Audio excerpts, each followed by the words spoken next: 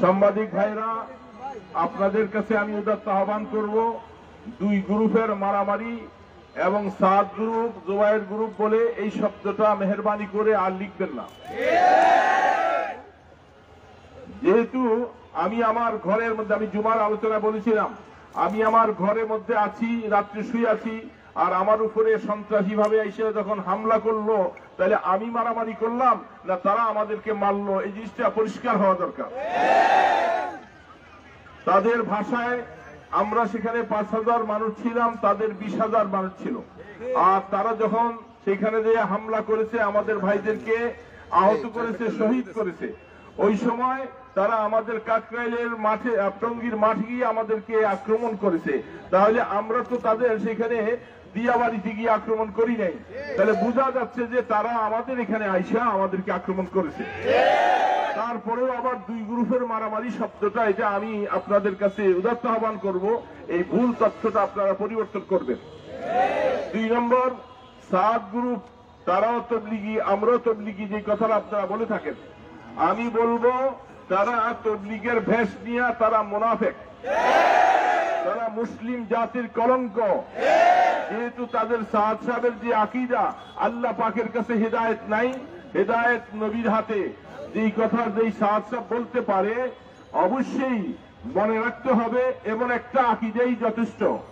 নবী করিম সাল্লাল্লাহু আলাইহি সাল্লাম সহ হযরত মুসা আলাইহিস সালাম ভুল করেছেন বিদায় তিনি আল্লাহ পাকের দাওয়াতে তুর পর্বতে চলে যাওয়ার কারণে 70 লক্ষ মানুষ তারা ঈমান হারা হয়েছে।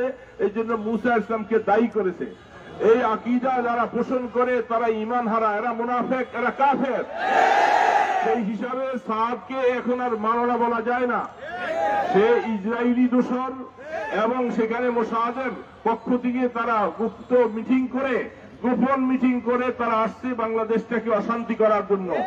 এবং তাদের সমস্ত ষড়যন্ত্রের হোতা ভারতের মোদির সহযোগিতা নিয়ে, তারা ব্রিটিশ সরকারের সহযোগিতা নিয়ে আমাদের বাংলাদেশকে অশান্তি করার জন্য তারা এই পরিকল্পনা নিয়েছে। আমি সাংবাদিক ভাই সহ আমাদের রাষ্ট্রের মধ্যে যারা আছেন সকলকে আমি অনুরোধ করব, অনতিবিলম্বে আমার ভাইদের শহীদের রক্তের বিচার হতে হবে এবং ওয়াসিফ গং সহ তাদের সকলকে কাঠগড়ায় নিয়ে উপযুক্ত শাস্তি তাদেরকে দিতে হবে। আমরা এটা জোর দাবি জানাচ্ছি। বিশেষ করে তাদের দোসররা বাংলার যেখানে যেখানে যেই শহরে তারা সমস্ত এই সমস্ত সাদিয়া কর্মকাণ্ড করতেছে, তাদের সকলকে প্রতিহত করতে হবে।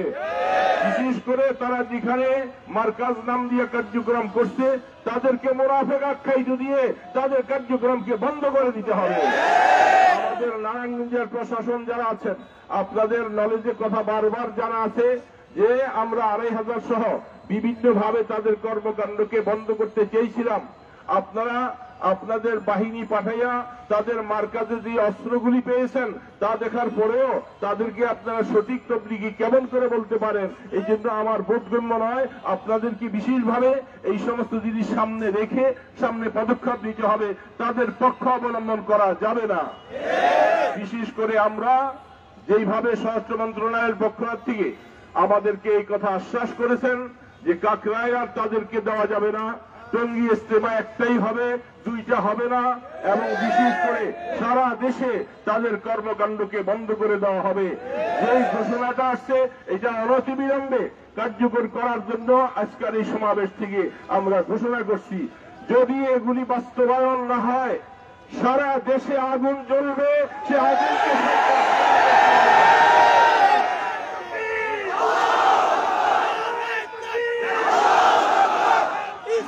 আমি উদাত্ত আহ্বান করব উপদেষ্টাদেরকে, আপনারা সুষ্ঠুভাবে আওয়ামী দোসরদেরকে চিনে নেন। তারা ব্রিটিশ সরকারের দোসর, তারা গাপ্তি মেরে বসে এই দেশটাকে অশান্তি করার জন্য তারা পরিকল্পনা করেছে। তবলিগের মাঝখানে যখন এইভাবে করে সন্ত্রাসী কর্মকাণ্ড শুরু করবে, তখন তারা নিজেরা লেগে যাবে, আমাদের দেশে অশান্তি সৃষ্টি করা সহজ হবে। এই জন্য উপদেষ্টাদেরকে আমি অনুরোধ করব, আপনারা বুঝতে সক্ষম হন তারা এই দেশের বন্ধু নয়, তারা এই দেশের দুশ্মন, তারা ফ্যাসিস্ট সরকারের দূষর। তাদেরকে চিনতে যদি ভুল করি আমাদের দেশকে বিনির্মাণ করতে আমাদের কষ্ট হবে। এই জন্য আমি উদাত্ত আহ্বান করব, অতি শীঘ্রই বিচারের আওতায় তাদেরকে নিয়ে আসেন। যদি না নিয়ে আসেন, আমি আবারও বললাম, আমাদের লং মার্চকে বন্ধ করে দেওয়া হয়েছিল যে আপাতত যেন আমরা আমাদের আন্দোলনকে থামাইয়া রাখি, কিন্তু যদি আমাদের এই দাবি মানা না হয়, লং মার্চ শুধু ঢাকায় কেন সারাটা দেশ দেখতে পাবেন, গাড়ি ঘোড়া রাস্তাঘাট সব বন্ধ হয়ে যাবে, সবাইকে পারবেন না। তখন আমি উদাত্ত আহ্বান করছি আমাদের দাবিগুলি পালন করেন। আর এই যে আপনাদের সামনে এরকম আহত একজন দুইজন নয়, অনেক ভাইদেরকে নির্মম ভাবে তারা যেভাবে করে মারছে, হত্যা করেছে, এটার বিচারটা আমরা দেখতে চাই আমাদের চোখে। যদি সুষ্ঠু বিচার না হয়, বিচার আমরা নিজের হাতে নিয়ে যাব।